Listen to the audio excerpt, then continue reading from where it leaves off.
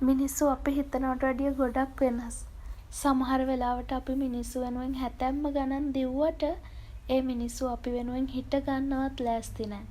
අපි අපේ ජීවිතේ තප්පර කෝටි ගණන් වෙන් කරන මිනිස්සු අපි වෙනුවෙන් එක තප්පරයක්වත් දෙන්න ලෑස්ති නෑ.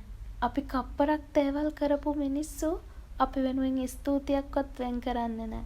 ජීවිතේ එක සැරයක් හරි හැමෝටම වගේ මොනම හරි බැඳීමක් නිසා මේ වගේ බිඳීම් ඇති වෙනවා. දවස් 363ක් හොඳම කරලා ආදරෙම විතරක් දීලා ඔයාගේ හොඳම කොටස් ටික විතරක් පෙන්නලා ඔයාට මහන්සි දැනුණ, ඔයාට දුක හිතුණ, ඔයාට කරදරයක් වුණ එකම එක දවසක ඒ කරපු දේවල් කරන එක නවත්තලා බලන්න. එක පොඩ්ඩක් කතා නොකර ඉඳලා බලන්න. එහෙමත් නැත්නම් ඒ අයව ඉක්මවා කතා කරලා බලන්න. ඔයා මෙච්චර කාලයක් දැකපු නැති අමුතුම මිනිස්සෙක් ඔයාට හම්බෙයි. මිනිස්සු එහෙමයි. එතන වැරද්ද ඒ මිනිස්සුන්ගේ කියලා පෙවුනට අඩුපාඩුව තියෙන්නේ ඔයාගේ අතේ.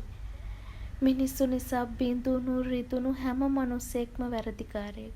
වැරද්ද තමයි සීමාව ඉක්මවීම.